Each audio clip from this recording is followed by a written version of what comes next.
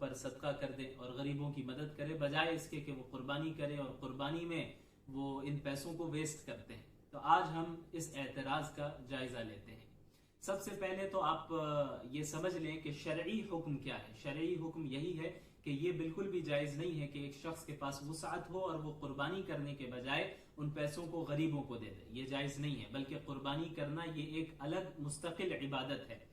जहां तक गरीबों को पैसे देने का ताल्लुक है तो शरीयत में ज़कात का हुक्म और आम नफली सदका व खैरात का हुक्म अलग है, और कुर्बानी करना ये अलग हुक्म है। इसको हर हाल में करना है। और हम जो ये कुर्बानी करते हैं ये गरीबों के लिए भी करते हैं, अल्लाह के हुक्म की तामील के लिए, और फिर गरीबों के लिए भी करते हैं। इसे हम थोड़ी तफसील से समझते हैं।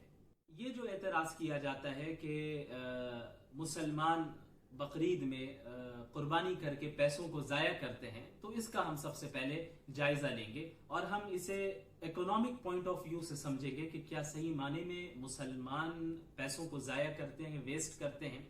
याद रखिए, हम इबादत इकोनॉमिक पॉइंट ऑफ व्यू को देखकर नहीं करते। यानी इबादत तो हम इसलिए करते हैं चूंकि ये अल्लाह का हुक्म है।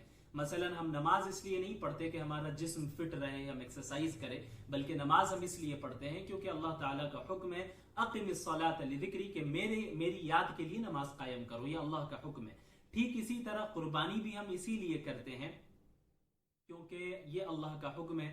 तो अल्लाह के हुक्म की तामील के लिए कुर्बानी करते हैं। इसका इकोनॉमी से कोई खास ताल्लुक नहीं है, यानी इकोनॉमी में तरक्की हो या ना हो इसका कुर्बानी से कोई ताल्लुक नहीं है। लेकिन फिर भी जो लोग ये एतराज करते हैं, जिनके जहन में ये एतराज पैदा होता है, उनकी तसल्ली के लिए, उन्हें समझाने के लिए, अगर हम कुर्बानी को इकोनॉमिक पॉइंट ऑफ व्यू से भी देखें तो हमें मालूम होगा कि ये जो कुर्बानी का अमल है इसके जरिए इकोनॉमी में भी तरक्की होती है।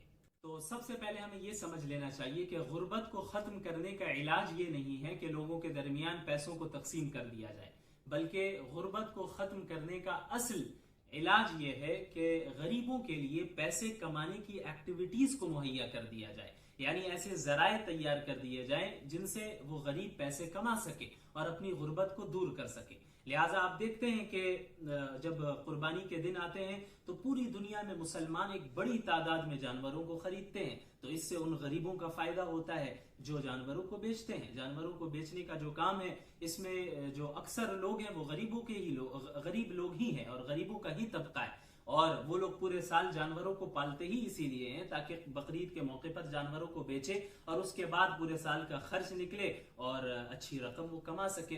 तो इस अमल से सबसे पहले उन लोगों का फायदा होता है जो जानवरों को बेचते हैं, जो गरीब तबका है उनका फायदा होता है। उसके बाद फिर जानवरों को एक जगह से दूसरी जगह मुंतकिल किया जाता है। तो जो ट्रांसपोर्टेशन के सर्विसेज हैं उनमें भी गरीबों की अक्सर तादाद जुड़ी हुई है।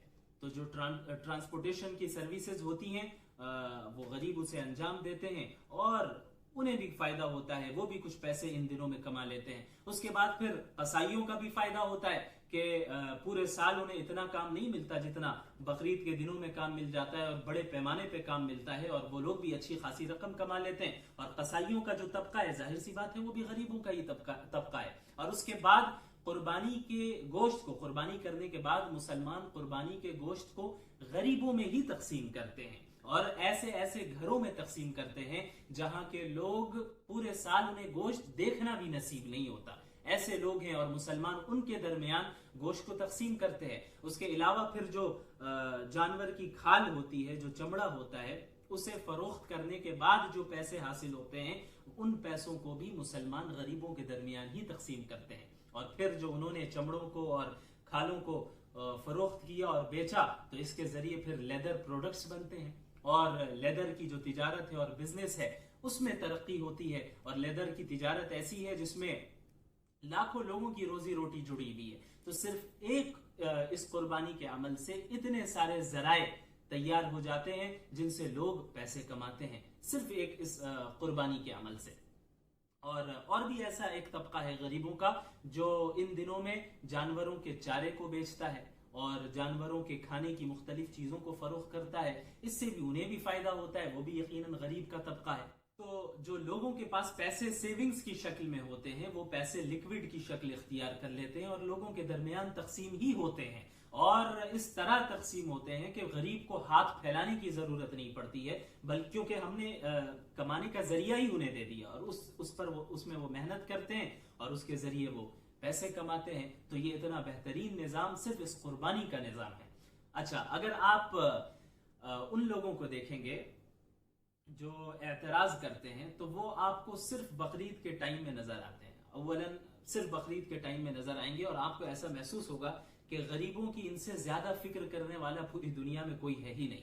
और ये क्या कहते हैं कि आप गरीबों में पैसे को तकसीम कर दें, कुर्बानी ना करें। हालांकि ये सिर्फ इस जगह पर ही एतराज करते हैं, दूसरी जगहों पर एतराज नहीं करते। आपको मालूम होना चाहिए कि पूरी दुनिया में बहुत सी ऐसी मुख्तलिफ इंडस्ट्रीज हैं जिनका इंसानी जिंदगी की जरूरियात से कोई खास ताल्लुक नहीं है, लेकिन पूरी दुनिया उसमें बिलियंस ऑफ डॉलर्स को खर्च करती है, बिलियंस ऑफ डॉलर्स। आप मिसाल के तौर पर कॉस्मेटिक इंडस्ट्री को ले लीजिए। आपको मालूम होना चाहिए कि पूरे साल cosmetic industry 350 billion of dollar से ज्यादा जनरेट करती है।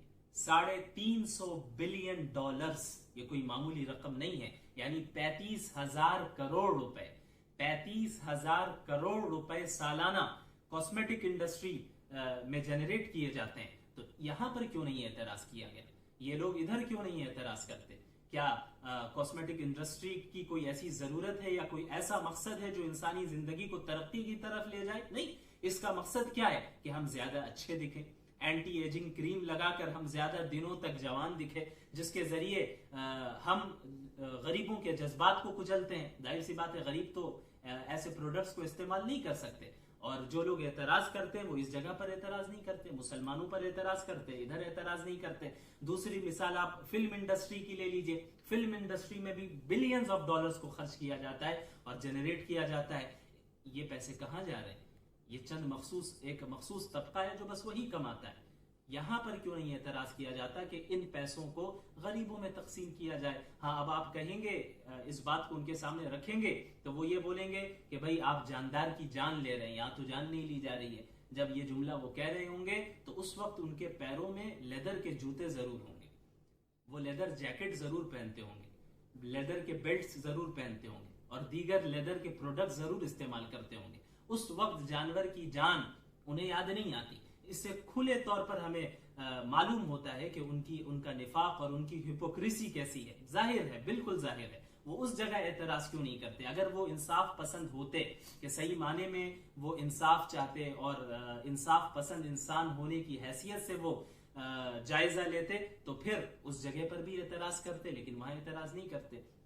पूरे साल हम मटन खाते रहेंगे, चिकन बर्गर खाते रहेंगे और दीगर जंक फूड्स खाते रहेंगे और लाखों और करोड़ों रुपए घरों पर खर्च करते रहेंगे। ऐसे लोगों ने ऐसा क्यों नहीं किया कि सिर्फ 2-3 रूम के घर पर इक्तिफा करते और दीगर पैसे और उससे ज्यादा पैसे जो वो अपने घरों पर खर्च कर रहे हैं उसे गरीबों में तकसीम करते? ऐसा नहीं किया इन्होंने। लेकिन जब बकरीद का मौका आता है तो मुसलमानों पर एतराज करते हैं। ये इनकी हिपोक्रेसी है।